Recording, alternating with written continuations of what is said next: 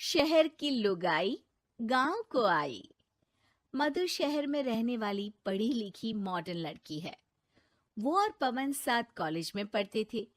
धीरे धीरे उन दोनों में प्यार हो गया। पर पवन गांव में रहने वाला एक साधारण सा लड़का है।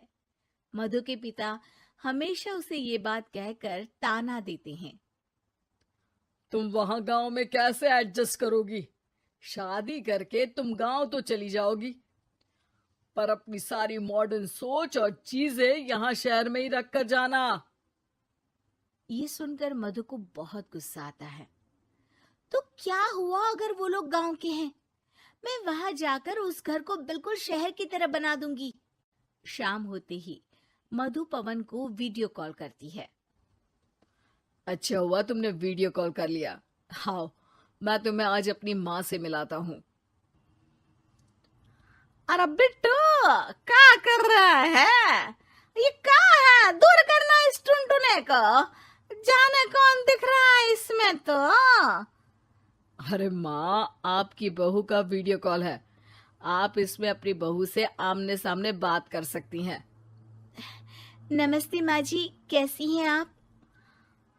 अरे जका, ये बहू ने अपने कानों में क्या लगाया है? जो कैसे झुमके हैं? झुमके नहीं माँ जी, इन्हें ईयरफोन्स कहते हैं। इससे सामने वाले की आवाज और अच्छे से आती है। मैं आपको भी ला कर दूंगी। अरे नहीं नहीं, हमें नहीं ना चाहिए। हमारा कान बिल्कुल ठीक है। हाँ।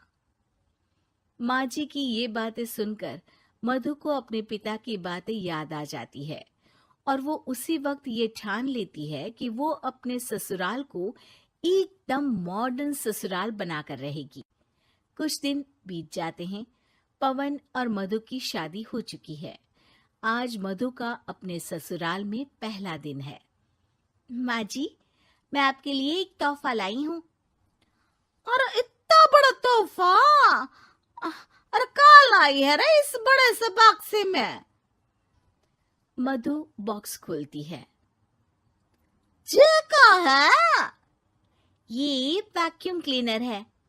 मैंने आपको झाड़ू लगाते हुए देखा तो सोचा अब आपका काम आसान हो जाएगा। अरे वाह बहू वाह, तूने मुझे झाड़ू लगाते हुए देखा तो तू मेरा हाथ से झाड़ू लेकर खुद भी तो लगा सकती थी ना। पर नहीं, तूने तो जे मशीन लाकर मेरे हाथ में दे दी कि यह काम हमेशा मैं ही करूं। ये आजकल की शहरी छोरियां बिल्कुल नहीं बदलेगी। मधु को मन ही मन गुस्सा आता है, पर फिर भी अपना गुस्सा भूलकर मधु माजी को वैक्यूम क्लीनर इस्तेमाल करना सिखाती है। अगले दिन मधु सुबह उठती है तो ये आंगन में से कैसी आवाजें आ रही हैं? मधु दौड़ती दौड़ती आंगन में जाती है और देखते ही चौंक जाती है। अरे माँ जी, ये आप क्या कर रही हैं? और वो कहा है ना, सुबह मैं जब कुएं से पानी निकाल रही थी तो मेरे कान की बाली उसमें गिर गई थी। तो ये तेरा वैक्यूम ना सारी चीजें अपनी तरफ खींच लेता है ना, तो मेरी बाली भी तो निकाल ही देगा। उसी की कोशिश कर रही हूँ, पर न जाने क्यों अब ये चालू ही नहीं हो रही तेरी मशीन। अब वो चालू होगी भी नहीं। पर अब कुएं में से पानी निकाल क्यों रही थी? अरे कमाल करती हो ना बहू। पीने के लिए पानी क्या तेरे मायके से लाऊं मैं? अरे कुएं से ही तो निकालना पड़ता है। हाँ, पीने के लिए पानी, और वो भी कुएं से। मधु दिमाग लगाती है और थोड़ी ही देर में घर में वाटर प्यूरिफायर लगवा देती है। ये देखिए माँ जी, इसमें बस एक बार पानी भर देंगे तो नल में पानी साफ होकर बाहर आएगा। अरे वाह रे बहू, ये तो बहुत ही बढ़िया चीज है। रात हो जाती है। मधु जैसे ही प्यूरिफायर का नल चालू करती है तो वो अचानक से फट जाता है और सब जगह पानी पानी हो जाता है। अरे ये क्या हुआ? ये क्या हो गया? मैंने तो बस इसमें उबला हुआ पानी डाला था, ये इतनी जल्दी खराब हो गया। अरे ये सारी शहरी चीजें सब ऐसी ही होती है कबूरी।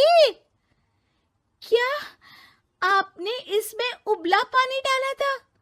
हाँ तो फिर पानी तो तभी साफ होगा ना जब उसे उबालेंगे।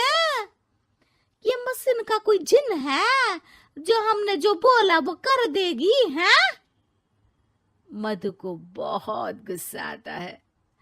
इस तरह तो मेरा अपने ससुराल को मॉडर्न बनाने का सपना अधूरा ही रह जाएगा। नहीं, मैं इस तरह से हार नहीं मान सकती।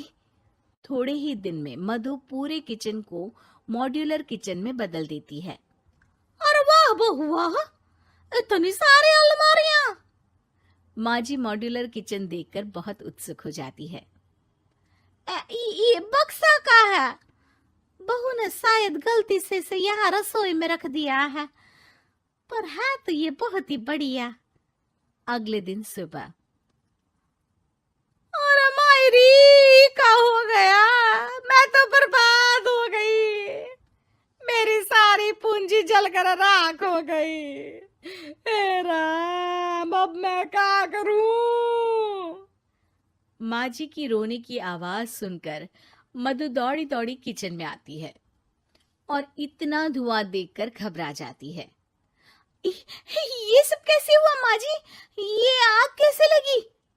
ये सब तेरा इस मॉड्यूलर किचन की वजह से हुआ है, और ऊपर से तूने तिजोरी जो रसोई में रख दी थी, मैंने जैसे ही अपने गहने और पैसे इसमें रखे और बाहर से इस ताले को घुमाया, ये तो 5 मिनट में ही आग बबूला होकर फट गया।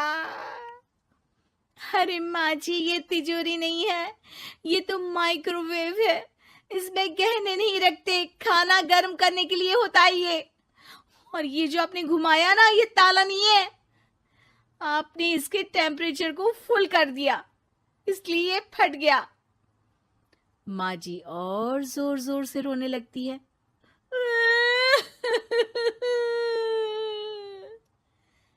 मधु सर पीट लेती है और कसम खाती है कि अब ससुराल को मॉडर्न बनाने की कोई कोशिश नहीं करेगी। मुझे माफ कर दीजिए माँ जी, आप जैसी हैं वैसी ही ठीक है। मधु को अपने पिता की कही बात याद आ जाती है और मधु वापस घर और किचन को पहले जैसा ही कर देती है।